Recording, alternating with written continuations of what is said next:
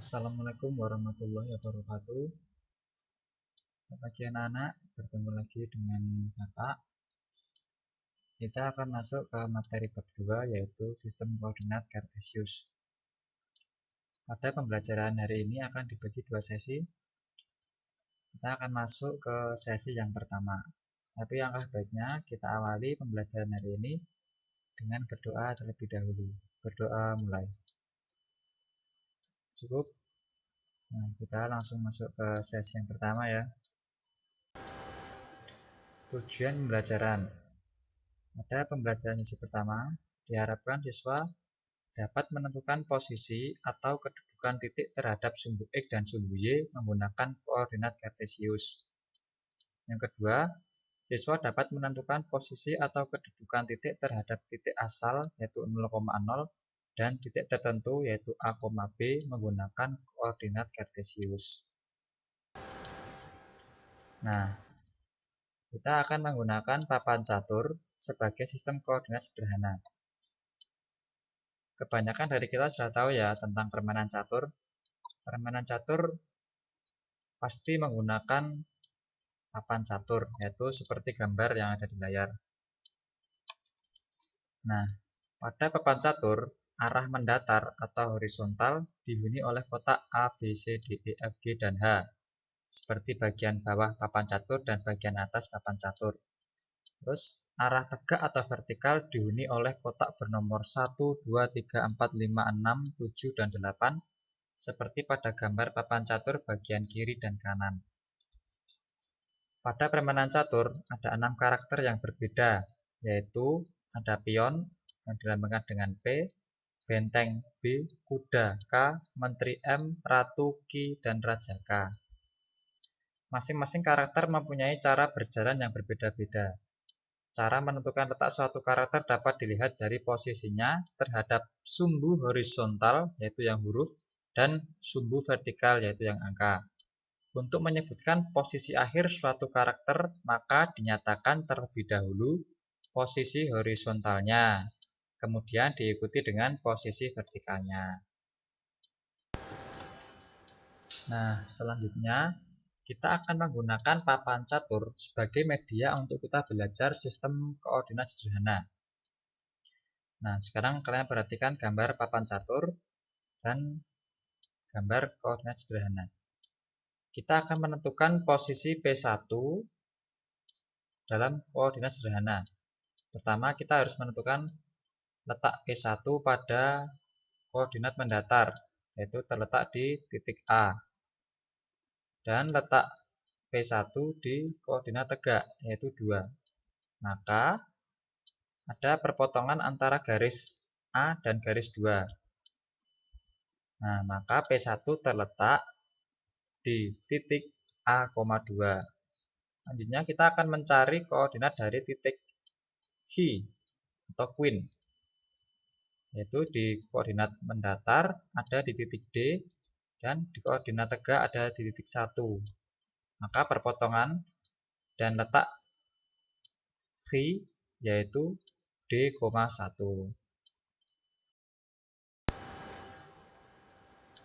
Nah, untuk lebih lengkapnya kalian bisa lihat masing-masing karakter yang ada di papan catur apabila diaplikasikan di sistem koordinat sederhana, maka T1 terletak di koordinat A,2, K1, B,1, V atau Queen di D,1, M2F,1, B2H,1, dan P2H,2.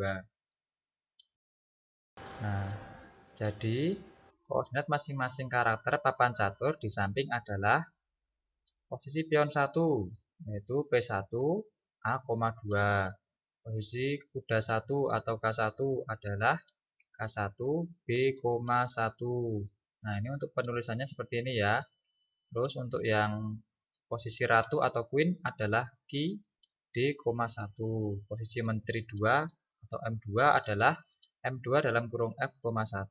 Posisi benteng 2 atau B2 adalah B2 dalam kurung H,1 dan posisi pion 2 atau P2 adalah P2 dalam kurung H,2.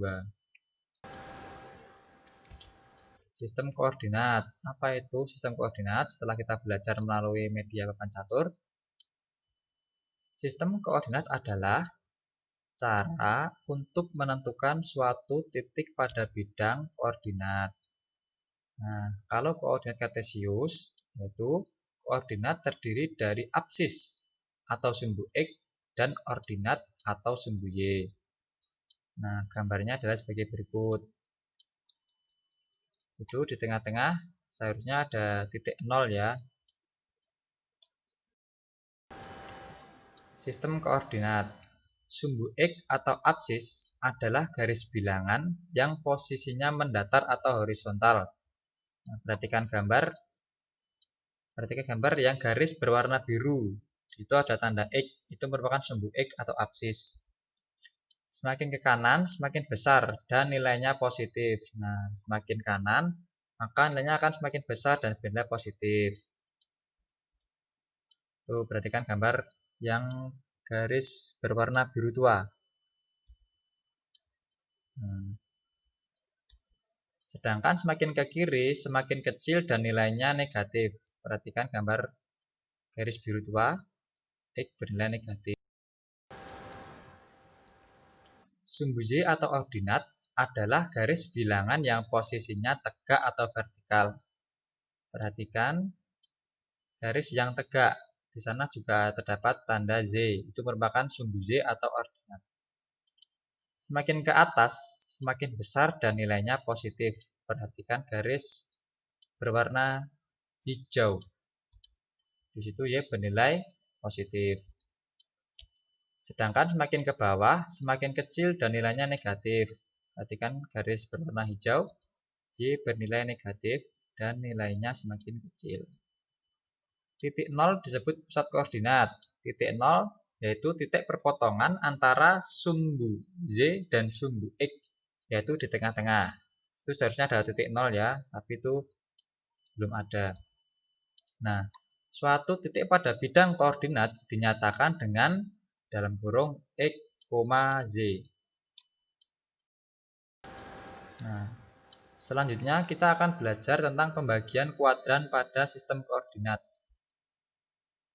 Daerah di atas sumbu X dan di kanan sumbu Y disebut kuadran 1. Pada daerah ini, nilai X-nya positif dan nilai Y-nya juga positif. Nah, situ ya, perhatikan tunjuk tangan. Kuadran 1. X bernilai positif dan Y bernilai positif. Daerah di atas sumbu X dan di kiri sumbu Y disebut kuadran 2. Pada daerah ini nilai X-nya negatif sementara Z-nya positif. Perhatikan arah petunjuk tangan, X bernilai negatif dan Z bernilai positif. Daerah di bawah sumbu X dan di kiri sumbu Y disebut kuadran 3. Pada daerah ini nilai X dan Z bernilai negatif. Perhatikan arah penunjuk tangan. Kuadran 3 bernilai X bernilai negatif dan Z juga bernilai negatif. Daerah di bawah sumbu X dan di kanan sumbu Y disebut kuadran 4. Pada daerah ini nilai X-nya positif, sedangkan nilai Y-nya negatif. Perhatikan arah petunjuk tangan. Di situ kuadran 4, X bernilai positif dan Y bernilai negatif.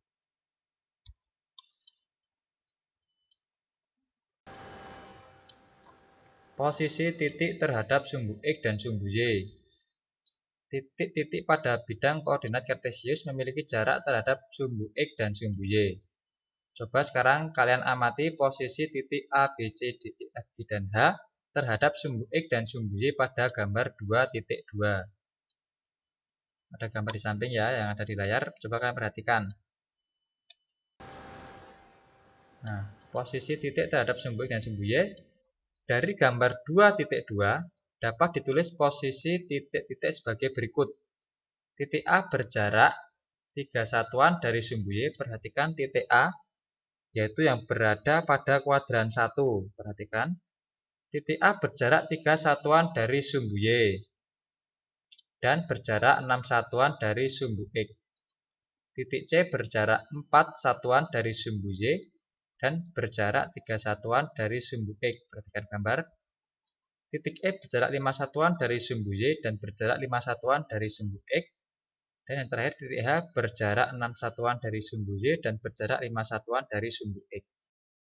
Nah, untuk lebih lengkapnya, posisi titik terhadap sumbu X dan sumbu Y ada pada tabel, yaitu dari A sampai H. Contoh nomor 1, titik A. Jarak ke sumbu X ada 6 satuan dan jarak ke sumbu Y ada 2 satuan. Maka koordinat dari titik A adalah 2,6. Karena titik A terletak di kuadran 1, maka nilai X dan Z sama-sama positif. Untuk yang C terletak 3 satuan ke sumbu X dan 4 satuan ke sumbu Y. Maka koordinat titik C adalah negatif 4,3 karena titik C terletak di kuadran 2, di mana nilai X bernilai negatif dan Y bernilai positif. Ingat, untuk menulis letak dari koordinat titik yaitu X, Z. Ya, X, Z. Dan terus selanjutnya titik E.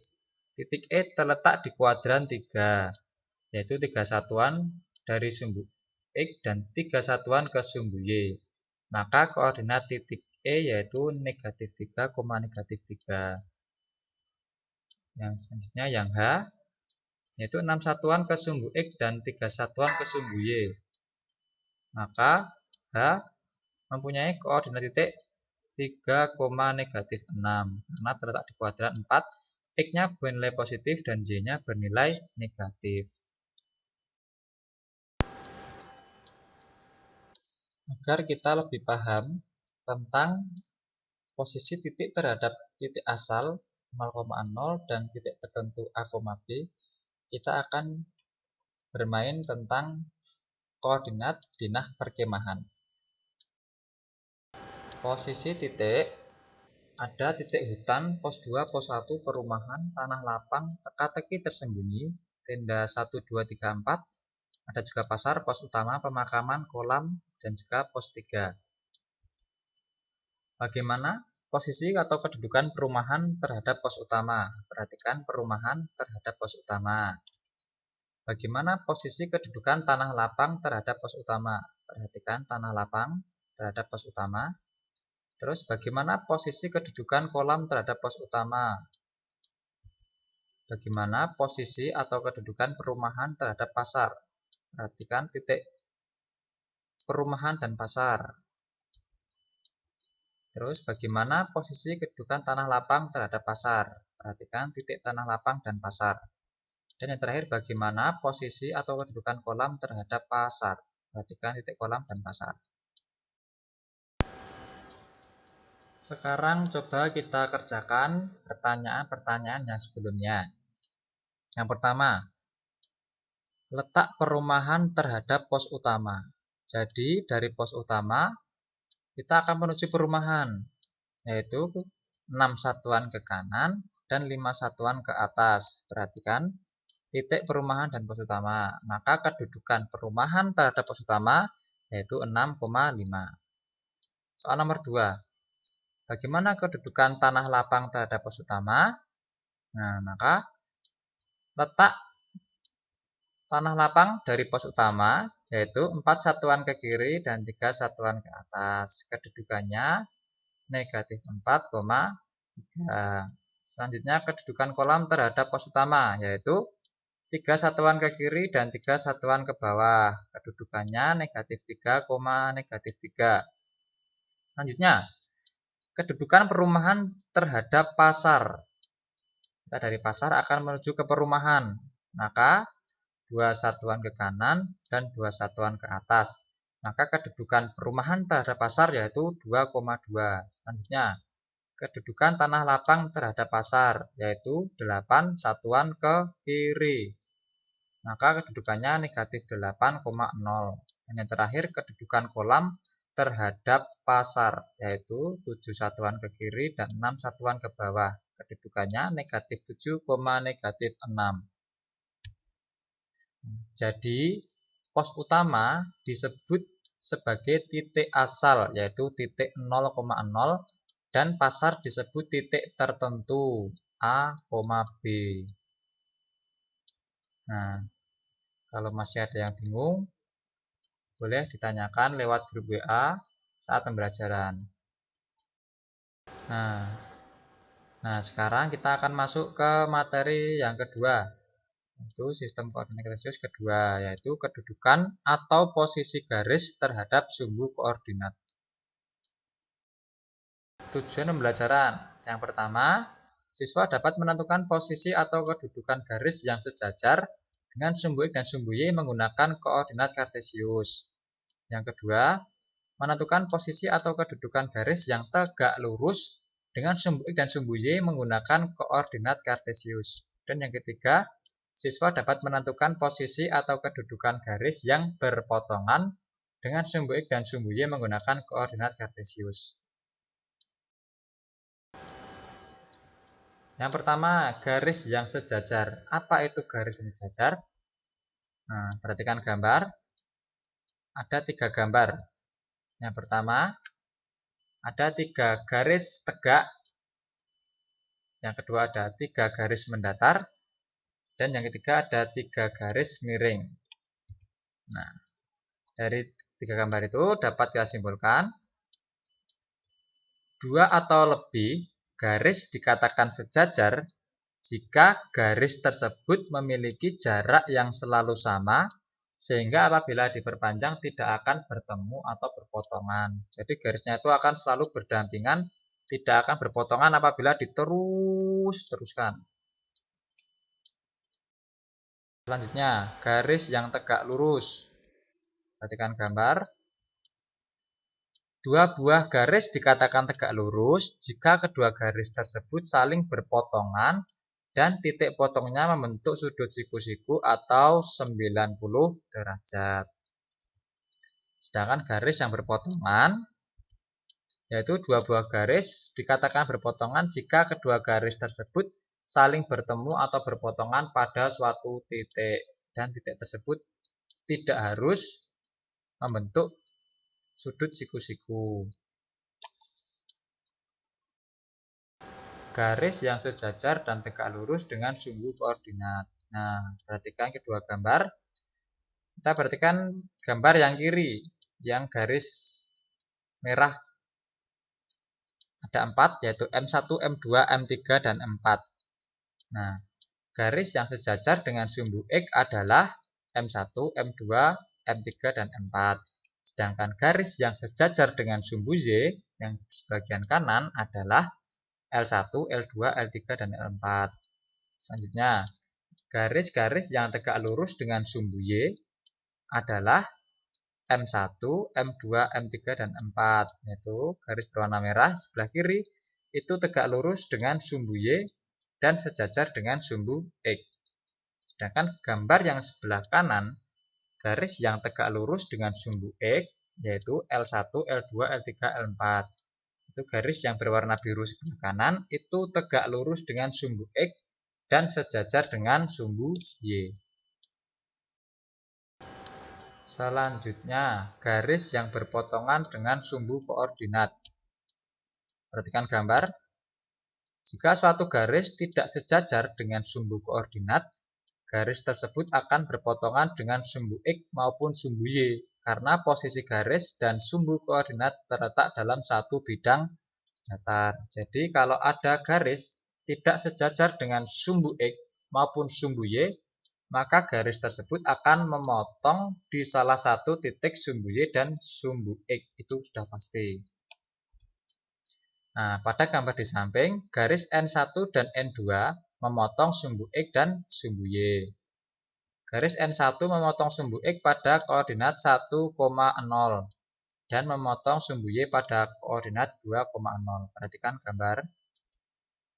Garis N2 memotong sumbu X pada koordinat negatif 1,0 dan memotong sumbu Y pada koordinat 2,0.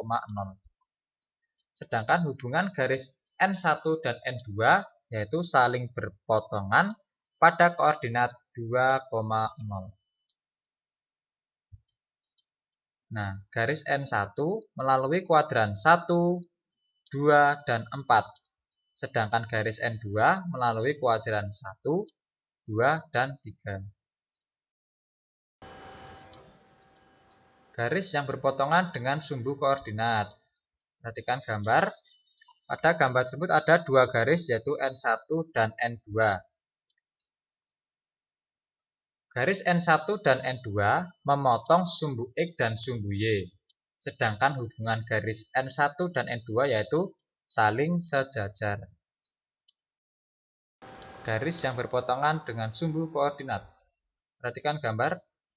Ada dua garis N1 dan N2. Garis N1 dan N2 memotong sumbu X dan sumbu Y. Sedangkan hubungan garis N1 dan N2 yaitu saling tegak lurus karena berpotongan dan membentuk sudut siku-siku atau 90 derajat.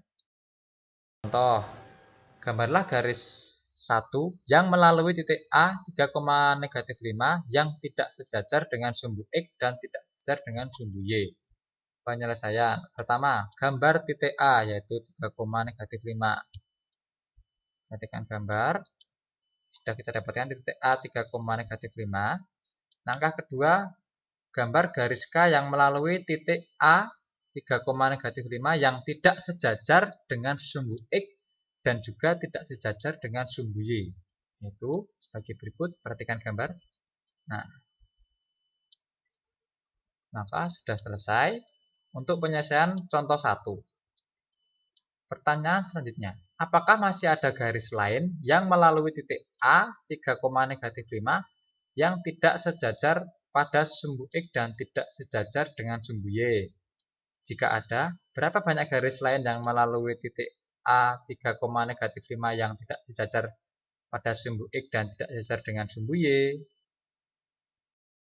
Nah, kesimpulannya, masih ada garis lain yang melalui titik A 3,-5 yang tidak sejajar pada sumbu X dan juga tidak sejajar dengan sumbu Y dengan jumlah tak hingga seperti gambar di atas. Jadi masih ada banyak garis yang melalui titik A dan tidak sejajar dengan sumbu X dan sumbu Y. Contoh 2. Diketahui titik A 3,2, B 3,-6 dan C -5,2. Jika dibuat garis melalui titik A dan B, bagaimana kedudukan garis tersebut terhadap sumbu X dan sumbu Y? B. Jika dibuat garis melalui titik A dan C, bagaimana kedudukan garis terhadap sumbu X dan sumbu Y? Yang C. Jika dibuat garis melalui titik B dan C, bagaimana kedudukan garis terhadap sumbu X dan sumbu Y? Mari kita kerjakan penyelesaiannya. Untuk menyelesaikan pertanyaan tersebut, prosedurnya adalah sebagai berikut. Yang pertama, gambarlah bidang koordinat kartesius yang memuat 4 kuadran. Nah, seperti gambar di samping. Jangan lupa untuk mengasih titik pusat yaitu 0,0. Langkah kedua, gambarlah titik A 3,2, B 3,-6, dan C -5,2 pada bidang koordinat kartesius. Perhatikan gambar. Titik A berada di kuadran 1.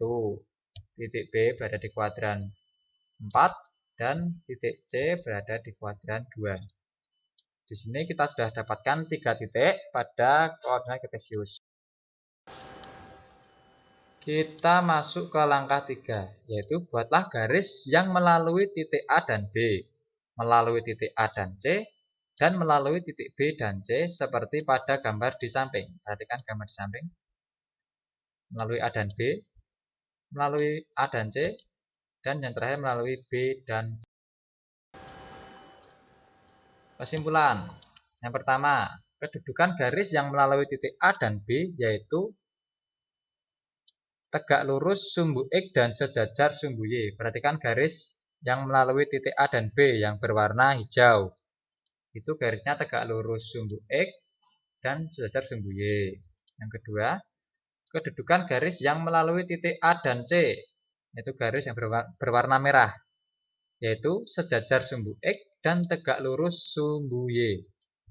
Yang terakhir, kedudukan garis yang melalui titik B dan C yang berwarna kuning, yaitu tidak sejajar dan tidak tegak lurus pada sumbu X dan sumbu Y, namun memotong sumbu X dan sumbu Y serta melalui kuadran 2, 3, dan 4.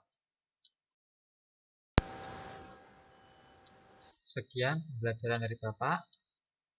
Apabila ada pertanyaan atau ada yang masih bingung tentang materi pada hari ini, bisa ditanyakan melalui WA Group. Dan jangan lupa untuk mengerjakan tugas dan jangan lupa untuk meringkas dan selalu terapkan protokol kesehatan. Untuk mengakhiri pembelajaran pada hari ini, marilah kita berdoa terlebih dahulu. Berdoa mulai. Cukup. Sekian dari Bapak. Terima kasih. Wassalamualaikum warahmatullahi wabarakatuh.